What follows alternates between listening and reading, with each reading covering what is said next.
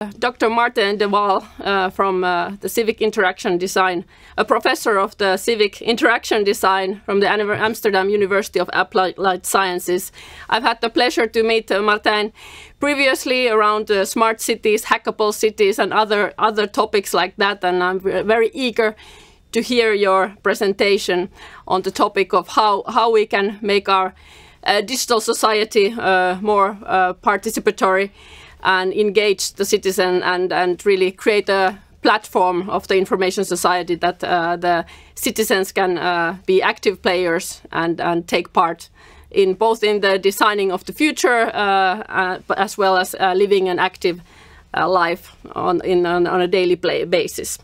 So please, welcome. Thank you, Hannah. Thank you for the introduction, and it's a great honor to be here. Happy birthday, happy 40th birthday to you and the organization. Great pleasure to be here. And indeed, what I wanted to talk about today is the notion of civic interaction design. And how do we shape public life in a networked society? So I would like to talk about three things today. What is civic interaction design? How do we do it? And I want to leave you with a number of design dilemmas that we have come across when working in this space. And when we talk about civic interaction design for us, that means shifting the design of interactive products and services and systems from a perspective of mere usability to a perspective of what Marcus Voth has called citizenability. So that means, how does a particular technology, an interface, a service, how does that help people in society to perform their role as citizens? How can they be involved better in society? And why is that important? We think it's really important to talk about that. I think it relates to what Dave has said just before me, that data is all around us now, tech is all around us now, and most of that tech is being shaped from a perspective of shareholder value rather than from public interest. So with civic interaction design, we try to approach the design of digital products and services around and put the perspective of the citizens in the middle. If I can get the next slide, please. As Hannah said, we're doing that at our research group at the Amsterdam University of Applied Sciences. Our group is called Civic Interaction Design. And if I can have the next slide, to give you a bit of an idea of what we're doing, this is an overview of some of the projects that we're doing. If you would have a closer look, then you would see that we operate in many different media. We operate in completely virtual environments like virtual reality, but also in public spaces in cities, and look how, for instance, smart city technologies impact the publicness of those places, and everything in between, working with companies, with governments, with cultural institutions, etc. That's just a bit of a background. If I can get the next slide, please. Then I would like to start with the first part out of the two parts that I have today for you, which is let's talk a little bit more about what do we mean when we talk about civic interaction design, and what is it and how do you approach it. So if I can have the next slide. At our group, we're very much inspired by this definition of civic design from Eric Gordon and Mugar from about a year ago, where they state that civic design is creating opportunities for citizens to interact, form alliances, generate shared interest, and care for matters of public concern. And I think it's important to take that whole sort of chain of actions into perspective.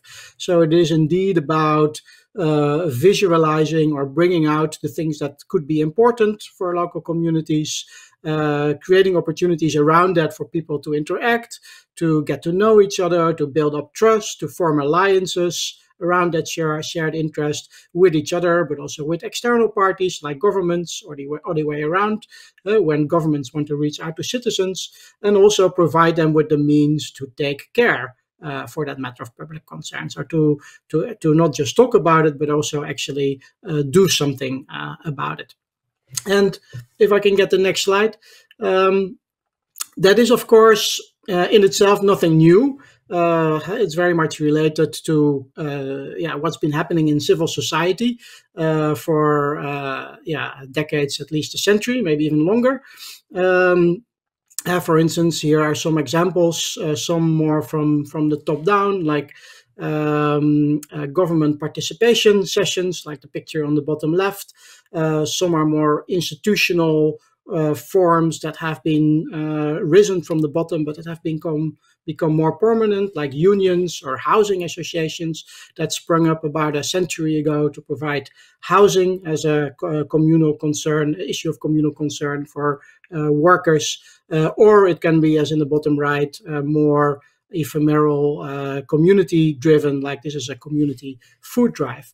So in itself, this, of course, this notion of civil society or the environment where we work in has been there for a long time. But if I can get the next slide, one of the reasons why we are so much putting forward this notion of civic interaction design is also because the field in which civic or these civil society organizations or alliances operate is really shifting. If you take a look at, I guess this could be a ideal type picture of, let's say, a Nordic social democratic society where we have a balance of power between governments, markets, and civil society, keeping each other in check in various ways. And if I have the next slide, I think in the last 30 or 40 years, we've seen a lot of shifts happening in these various domains. So if we take the government, for instance, in many democratic countries, we've seen a trend towards liberalization. So government is seeing it less as a task for itself to organize society and leaving more and more and more to the market. If we look at civil society, then we see a shift towards individualization or networked individualization. Barry Wellman has written a lot about this.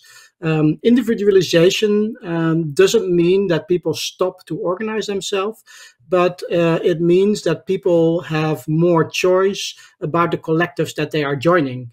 So they're not enlisted automatically anymore because of social pressure, like going to the church or becoming a member of the union, because that's just what you did as a citizen, or because of scarcity. There was only one TV channel, so everybody was watching the same channels and the same news. There is much more opportunity, much more diversity, and people have a lot more choice in what they take out from that, with, of course, the drawback that there is less and less overlap between all those different communities.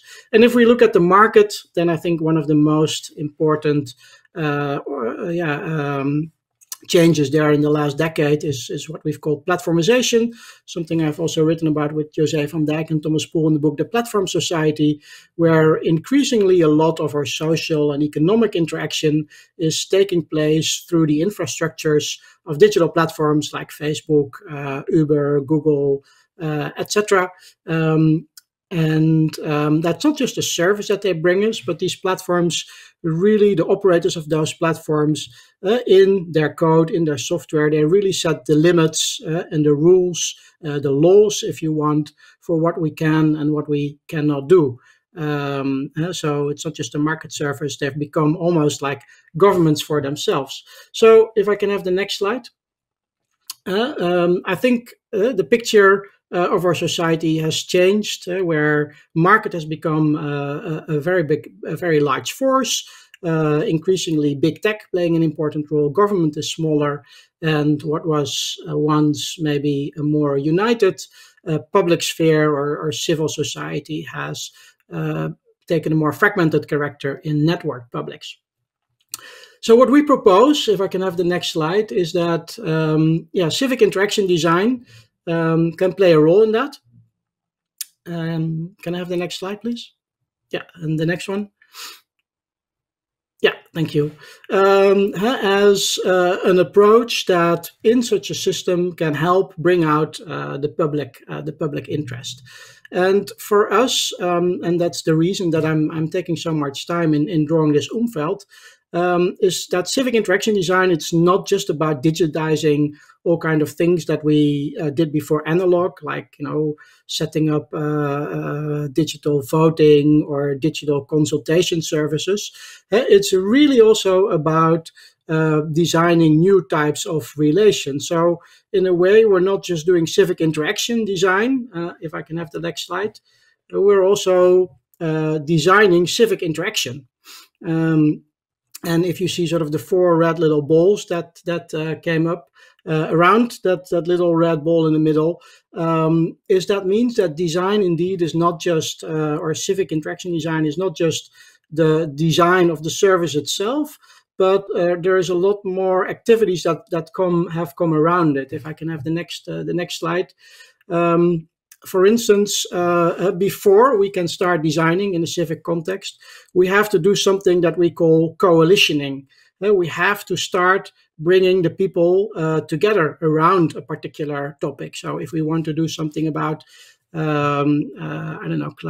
energy, climate neutral energy provisions, or we want to engage citizens in a particular neighborhood, because of this fragmentation of society, there is not always a go-to party. Like if you look at, for instance, participatory design that emerged in Scandinavia in the 1970s, they could go to the union and work together closely with the union to improve working conditions or to design technology in the workplace with them, because they represented the workforce. But because civil society is not so organized in a central sense anymore, it's become more difficult. So we have to invest a lot of time in bringing people together through storytelling, bringing out collective experience.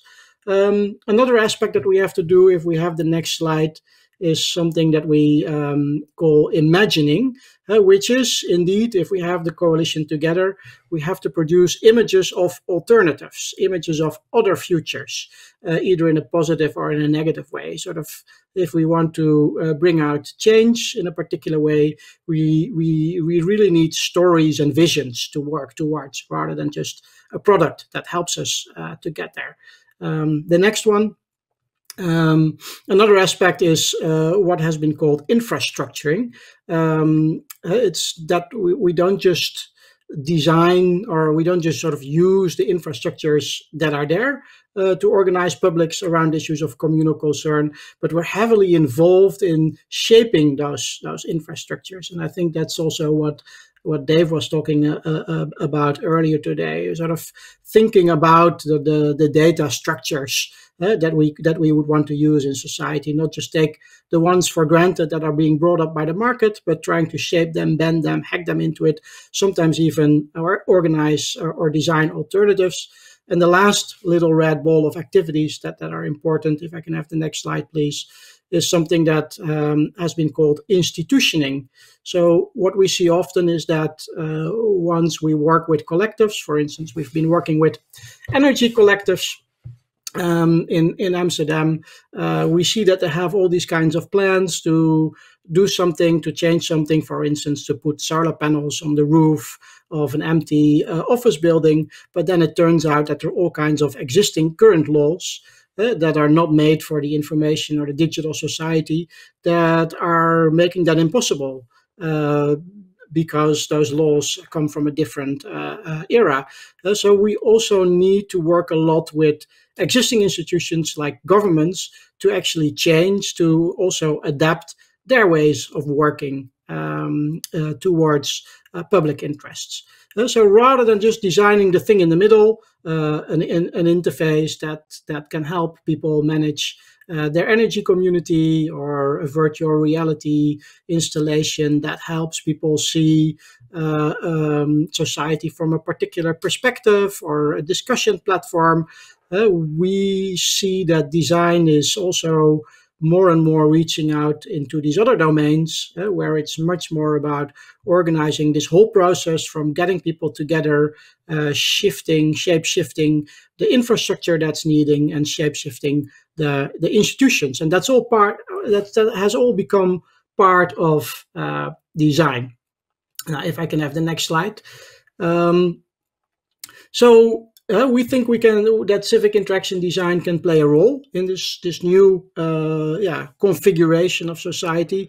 At the same time, I also want to be modest. If I can have the next slide, because I think that often a lot in discussions about design, design is presented almost as an alternative to politics. And there is almost a discourse around it that if we do enough design thinking and we put up a lot of yellow post-it notes on the walls, then we will eventually design poverty or structural inequalities away. And I don't think that's the case, right? I think that design can definitely play a role, but I also want to temper expectations a little bit. I think a lot of the problems that we have today are inherently political problems. So also governments and also other institutions should play a big role. And where in the 90s maybe they gave way to the market, they should not give way to the design sector to solve all their problems, but they should work with them. So that's a bit of the context. Now I want to talk about how do we do that. So what does that look like in practice? Yeah, thank you.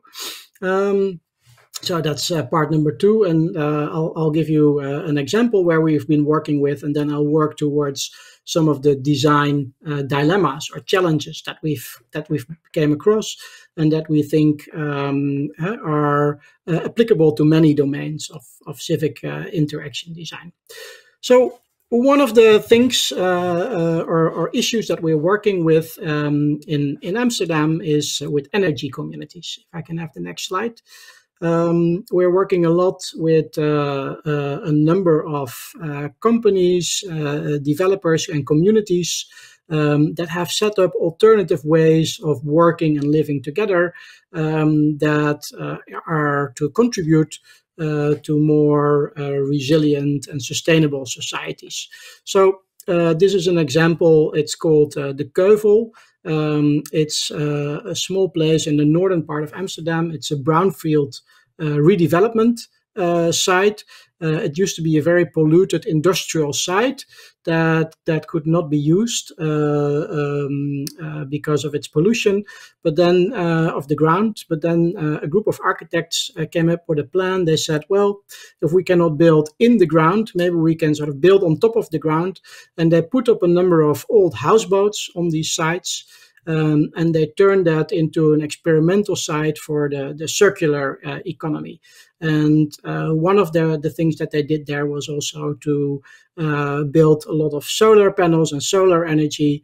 So they would be providing their own energy, and they set up also their own cryptocurrency to administer the use of energy. So if you would use or produce a lot of energy that you didn't use, you wouldn't sell it to the market, but maybe to your neighbors. You would get paid in a local currency, and that currency you could use then in the restaurant, for instance, to buy yourself a lunch that also then was sourced from some of the things that were locally built, etc., etc. So that's more a working community, an environment of people who wanted to work in an environmental, sustainable way. And if I can get the next slide. A lot of the same group of people was also involved in building this floating development. It's called Schoon Schip, or Clean Ships, it's called. And again, it's a housing development, and all the people who signed up for this housing development, they made a clear commitment that they wanted to live here because of the circular economy character of it and the energy neutral ways of living that this project promised, amongst others, by again using solar panel. And if I have the next slide, I think both of these examples are examples of what we've called resource communities, right? So these are groups of people who collaboratively produce, manage, consume, and govern a set of resources, usually with the aim to produce collective benefits and promote the social and ecological well-being of the community. So where do we come in? We came in at the moment that we started talking with some of the developers and the architects And they said that they need to design a digital platform that allowed this community to actually manage those resources from the logic of the collective benefits and the social and ecological well-being of the community. And they said, well, as architects, we have a lot of experience in designing public spaces, physical public spaces, for instance, in such a way that they're attractive, that different groups can use them at the same time, that they actually become meeting groups. But now, apart from the physical digital public spaces, we see that we also need to start organizing these digital public spaces for people to work together and share those resources. And the digital platforms that are out there that we could use for that, most of them are very much market-based, right? So they often work with dynamic pricing. So if the resource becomes scarcer, the price goes up. And that works well in a market condition, but is that really what we want in our resource community? Because that means that rich people basically can do whatever they want, and poor people really would have to need to schedule in advance a lot of their resources in order to avoid those price hikes. So can you help us to think about how we can design these digital platforms and the logic of those platforms that they actually bring out the values that the community wants to embody? So if I can have the next slide. So we started to think about these digital platforms that help in administering and managing resources and rights and reputations and transactions. And we found, if I can have the next slide, that you could think about three mechanisms that are active there. If I can have the next slide. So tracking is about what is being tracked, what is the input. Can I have the next slide, please? Yeah, thanks. So what is it that you want to track? Is it just the energy use, or is it also all the hours of voluntary work that people put in? What should be tracked? And then managing is actually the rules of engagement. So, for example, what is 1 unit of energy worth in relation to maybe 1 hour of voluntary work? Should reputations be made visible? Should energy use be made visible to other members of the community or not? So what are the rules of engagement? And the last mechanism is what we've called negotiating, that, okay, once you have those rules in place, you may also want to negotiate them. So how can the rules be negotiated or changed, or how can exemptions be asked for? If I can have the next slide. And how did we address that? Well, and that's one of the things that we do in our design, is that we then organize all kinds of, we often call it dramaturgies or settings in which people in the community are provoked or invited to discuss about those values and also the conflict of values that may come out. So this was a game that we designed, that people played, in which they were put in particular extreme situations, and they would have to choose between options, and then they would have to guess what option the other players would choose. And that was a very funny way to bring out those conversations about the values and the conflict of values. And if I can have the next slide. Another project we did was, this is what we've called the Energiser. This is it's a geyser that we designed and built. Tara Karpinski did that research in our team. And that floated right next to the floating houses. And the height of the geyser visualizes the amount of energy that's being used on the grid at that moment. And the idea was that this should be a visual dashboard.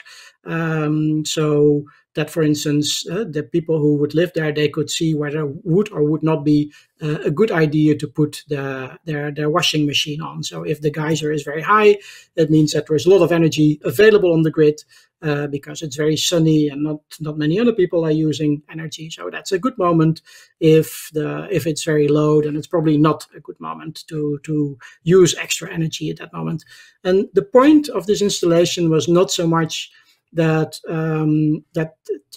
for it to be a practical tool, but it was much more a way to entangle those people or invite those people in discussions about the system that was designed for them by the company at that stage. Just the fact that we showed that data in public space brought up a lot of discussions about, hey, but how is that possible? Who actually is collecting that data? Is it okay to make that visible in public space? And what does that actually mean, right? What does it mean that if, for example, the geyser is really low and I still want to take a shower or put on my washing machine, is that okay for me to do? Is there a risk that even maybe my neighbors would start knocking on my door saying, hey, we agreed to be energy neutral, how is it that you put on your energy at this moment? So just the fact that this geyser was there and the discussions we organized around that really brought up a lot of the tensions between the different goals that the community has set. And that's the last part that I wanted to discuss. If I can have the next slide, please. That's what we found is that in the design of these platforms, we were running into a number of design dilemmas that had to deal with conflicting values. And what we came up with in the end, if I can have the next slide, please, is a canvas in which we set out these 6 design dilemmas.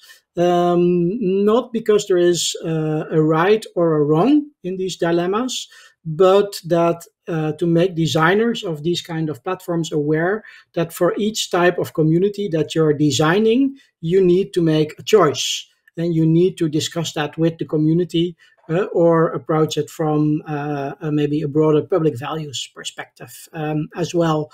And I don't think we have time to go through all 6 of them in depth, but I could bring out maybe 2 or 3. So one important aspect, for instance, is the first one called privacy versus transparency. And that is about which data is visible to whom under what circumstances.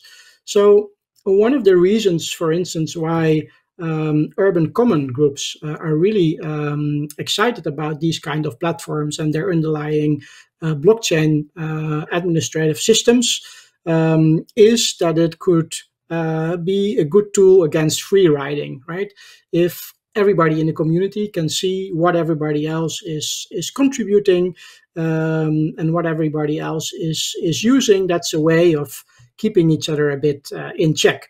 Of course, the transparency really goes against sort of the individual privacy that people in the community might want, and it's a constant negotiation that's going on.